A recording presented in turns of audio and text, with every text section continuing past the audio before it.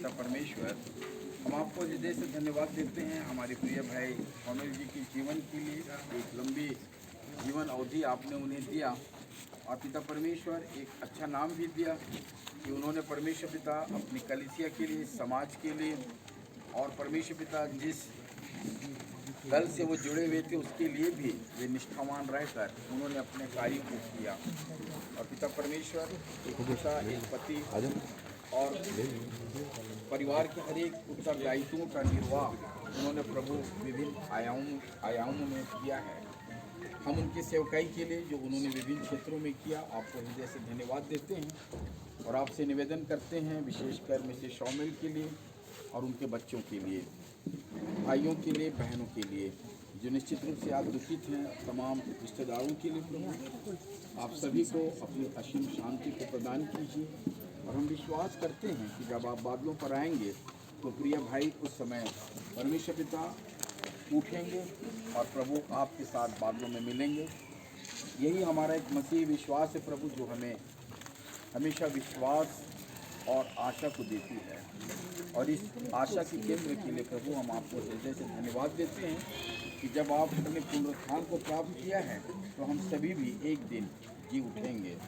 परमेश्वर पिता, जबकि इस आराधना के बाद अंतिम यात्रा शुरू होती है, आप आसमान महोदय के और तमाम अभिषिक्तों की सहायता कीजिए और हर एक जो आए हुए हैं प्रभु इस शोक के समय में उन्हें भी आप परमेश्वर पिता आशीष दीजिए। प्रभु जी, हम धन्यवाद देते हैं कि शोक की घड़ी में हम सभी आज परिवार के साथ एकत्र हो सके। आपसे आशीष की मांग करते हुए प्रार्थना को उद्धारकर्ता हमारी यीशु मसीह के नाम से मांगते हैं, आमीन। गीत नंबर 439 हम प्रभु की महिमा स्तुति में गाएंगे। उत्तम और शांति दायक, उत्तम शांति दायक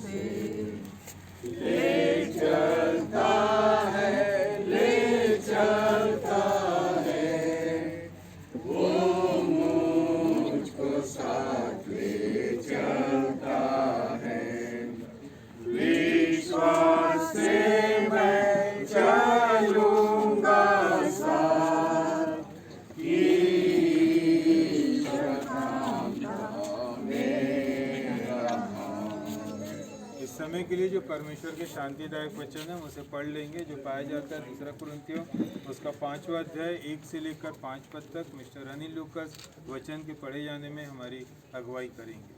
परमेश्वर के वचन में यह लिखा है, क्योंकि हम जानते हैं कि जब हमारा पृथ्वी पर का डेरा सरीखा घर गिराया जाएगा तो हमें परमेश्वर की ओर से स्वर्ग पर एक ऐसा भवन मिलेगा जो हाथों से बना हुआ घर नहीं परंतु चिरस्थायी है।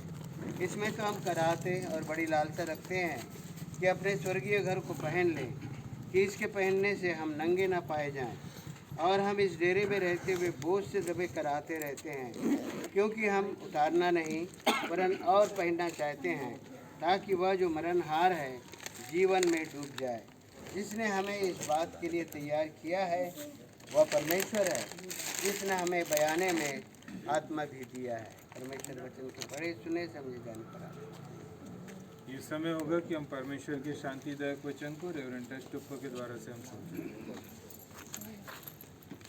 मसीह यीशु में सभी प्यारे भाई बहनों, सभी आदरणीय सम्मानीय सभी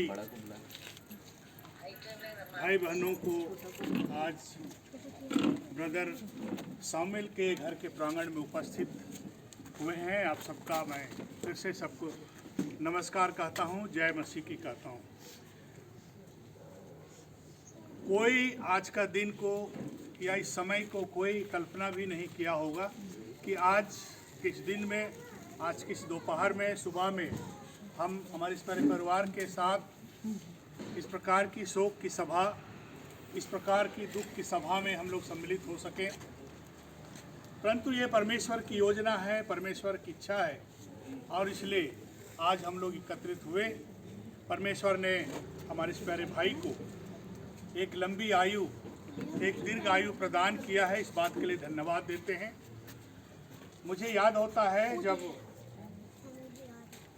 79-80 में भाई साहब कोको वन में काम किया करते थे और मैं SP2 में काम करता था और हम लोग जाते थे और भाई साहब के साथ हम लोग चाय पीते। तो समय 1 रुपया बहुत बड़ी बात है। हम लोग साथ में चाय पीते थे और इस तरह से अपना एक भाईचारा का संबंध हम लोग निभाते थे। परंतु परमेश्वर को धन्यवाद देते हैं कि आज जैसे फिलिपियों की पत्री और उसके कुछ भाग को पढ़ेंगे तो लिखा हुआ है, जब इस पृथ्वी पर हम जन्म लेते हैं, जब हम इस पृथ्वी पर हमारा आना होता है या जन्म होता है माता पिता या परिवार में, तो लिखा हुआ है उसी दिन मृत्यु का दिन भी दर्ज किया हुआ रहता है। उसी दिन परमेश्वर के रजिस्टर में चाहे विश्वासी हो चाहे अविश्वासी हो, हर एक का नाम वहाँ पे रजिस्टर्ड किया जाता है। और समझ लीजिए, मैं ऐसा कहूँगा कि आज इस पृथ्वी पर रहते हुए वो जो रजिस्टर्ड नाम वहाँ पे अंकित किया गया था वो 81 के वर्ष में पूरा हुआ। ठीक बोल रहा हूँ? 81 ईयर्स में भाई साहब का जीवन पूरा हुआ। इस बात के लिए परमेश्वर को बहुत धन्यवाद देते हैं। और इस बात को याद रखें, चाहे हम कोई भी डिनोमिनेशन के क्यों ना हो, कोई भी जाति बिरादरी के क्यों ना हो, चाहे हम किसी भी समाज से क्यों ना आते हों, चाहे हम छोटे हों चाहे बड़े हों, चाहे अमीर हो चाहे गरीब हो, हर एक के लिए ये वचन लागू होता है कि पृथ्वी पर का डेरा सरीखा घर गिराया जाएगा, तब स्वर्ग में हम में से प्रत्येक के लिए जो यहाँ पे खड़े हुए हैं, जो हमारे परिवार के लोग हैं, जो हम सब यहाँ पे एकत्रित हुए हैं, गिराया जाएगा। तंबू सरीखा घर गिराया जाएगा। अब जबकि यहाँ से जब विदा होंगे, ये जो वाइट पर्दे लगे हुए हैं, आज नहीं तो कल सुबह तक ये पर्दा निकाल दिया जाएगा। जिनको अधिकृत किया गया वो निकाल के ले जाएगा। तो मेरा बोलने का मतलब ये है, हम में से प्रत्येक का जीवन भी इसी प्रकार है। चाहे हम इस पृथ्वी पर जो कुछ भी पाया, चाहे हम कितना भी प्रोविडेंट फंड जमा किया, वो सब कुछ बेकार है। इसलिए वचन में बोलता है क्या लेके आया था, क्या लेके जाओगे। मनुष्य नंगा आया नंगा चला जाए। तो इस बात के लिए परमेश्वर को धन्यवाद देना चाहिए। अय्यूब के समान हम सब जितने यहाँ पर एकत्रित हुए हैं, पूरे शोकित परिवार के लिए भी, हम सब के लिए भी ये बात लागू होता है। और हम सब मिलकर यही कहें, अय्यूब के समान तूने दिया तूने लिया, तेरा नाम मुबारक। ये हम में से प्रत्येक के जीवन के लागू है। आज मैं यहाँ पे खड़ा हुआ हूँ, हो सके कल मैं ना रहा हूँ, हम सब यहाँ पे खड़े हुए हैं। हो सके कुछ समय के बाद हम लोग का भी